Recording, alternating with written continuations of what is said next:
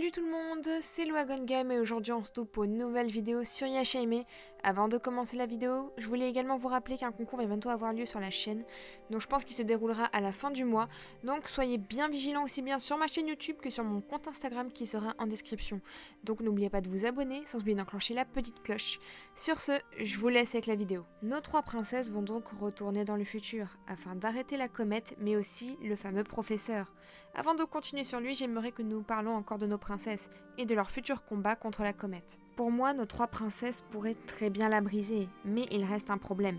Les démons qui sont à l'intérieur. Nous l'avions vu avec Inuyasha, celui-ci avait utilisé Tessaiga. J'aurais d'abord cru qu'il aurait prêté celle-ci à Mohora, or non, celle-ci y va avec un tout nouvel arc, mais un arc plutôt spécial, car celui-ci est fait à partir des matériaux venant de la tombe du général chien.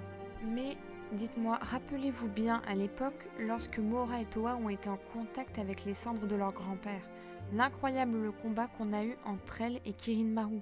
Alors imaginez l'étendue des pouvoirs de l'arc de Mohora. Celle-ci pourrait très bien soit utiliser une attaque similaire à celle de Tessaiga, ou une toute nouvelle qui pourrait très bien fusionner ses pouvoirs démoniaques et spirituels. Après tout, l'arc non seulement vient d'un autre monde, mais a été fait avec des matériaux de là où repose son grand-père, mais aussi avec les cheveux de demi-démon de son père. Alors imaginez les pouvoirs qu'elle pourrait débloquer grâce à cet arc. Franchement, je suis excitée rien qu'en imaginant. Mais n'oublions pas bien sûr Towa, même si son épée est actuellement maudite, je pense que l'épée qu'elle possède est fortement liée à la comète. Après tout, de ce qu'on sait, l'épée qu'a Kirin Maru et l'épée qu'a Towa viennent toutes les deux apparemment de l'espace. On ne sait pas trop leurs origines, exactement comme la comète.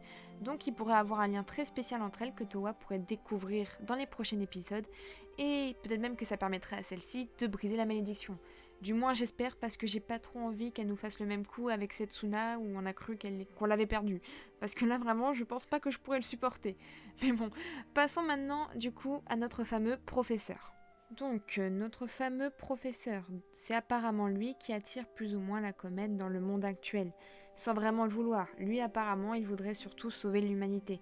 Mais je reste un peu méfiante, car n'oubliez pas qu'il voulait avant tout ramener Kirin Maru. Donc oui, c'est pour détruire la comète, mais est-ce qu'il sera du côté de Kirin Maru ou du côté de nos princesses? Nous le saurons dans les prochains épisodes. D'ailleurs, nous voyons celui-ci en compagnie de ces fameux démons grenouilles que nous avions déjà vus à l'époque dans Inuyasha.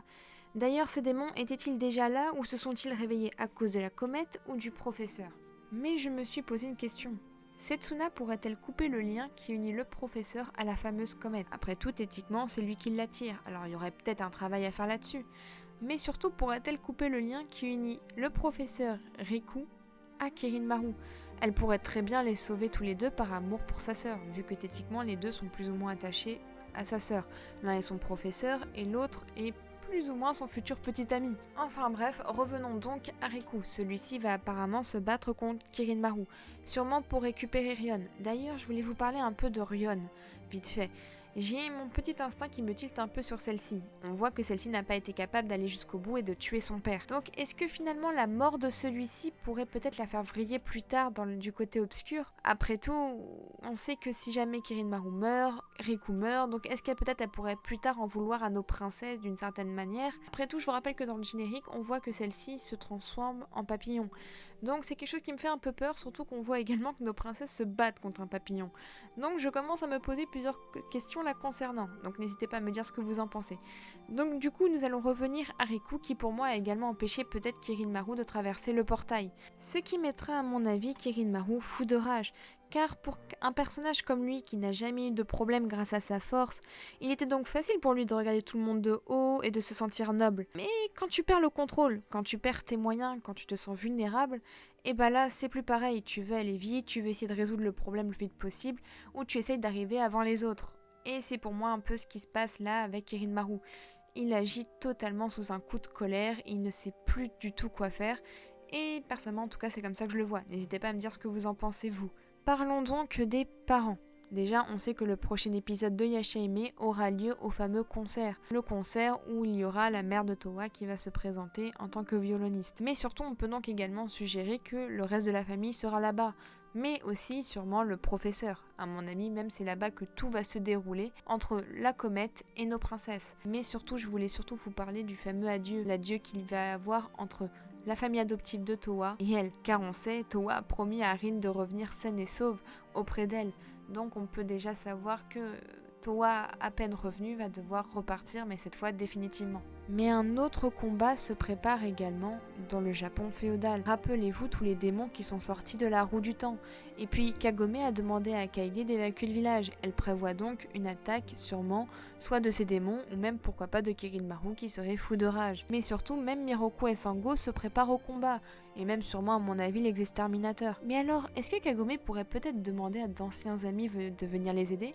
Je sais pas, un démon loup, ou même d'autres protagonistes qu'on n'a pas vus depuis belle lurette, ça ferait plaisir. En tout cas, les prochains épisodes annoncent du lourd, on pourrait même peut-être avoir des petites anecdotes sur nos princesses lorsqu'elles étaient bébés. Mais bon, à mon avis, ce sera sûrement là de grosses batailles qui vont arriver. Donc pour moi c'est déjà la fin de cette vidéo, j'espère qu'elle vous aura plu. Si c'est le cas, n'hésitez pas à laisser un petit pouce bleu, à vous abonner sans oublier d'enclencher la petite cloche. Et moi je vous dis à la prochaine pour de nouvelles vidéos. Bye bye.